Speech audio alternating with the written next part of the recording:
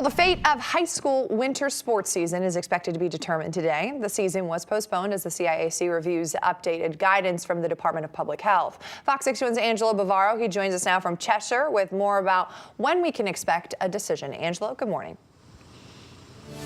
Good morning. So this new plan for the winter sports season is expected to be released just a little later on this morning after it's approved by the CIAC Board of Control. There's a meeting happening this morning, like I just mentioned. Now, this all coming after you mentioned that the DPH released its updated guidance for the winter sports season, and that guidance classifies all of these different sports into 3 different categories. So we've got high risk, moderate risk, and low risk, as you can see on your screen right here. Sports like wrestling, competitive cheer, and dance are all considered high risk, and sports like basketball, swimming, volleyball, and ice hockey are considered moderate risk.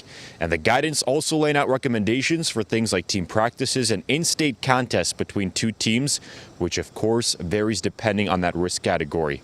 And we talk about those different risk categories because earlier this month, Governor Lamont also announced that no high-risk sport can be played for the rest of this year.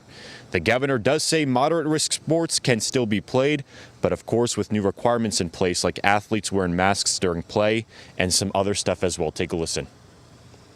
We're not having any of these interstate competitions at all, and they've been a source of spread. The quarantine works in both directions when it comes to interstate sports. So the CIAC and its Sports Medicine Committee has been taking all of that guidance into consideration as it puts this new plan together. And according to the CIAC website, that Board of Control meeting is scheduled for 8:30 this morning. So we'll bring you any updates live here on air and on the Fox 61 News app and website. We're live in Cheshire this morning. I'm Angelo Bavaro, Fox 61 News.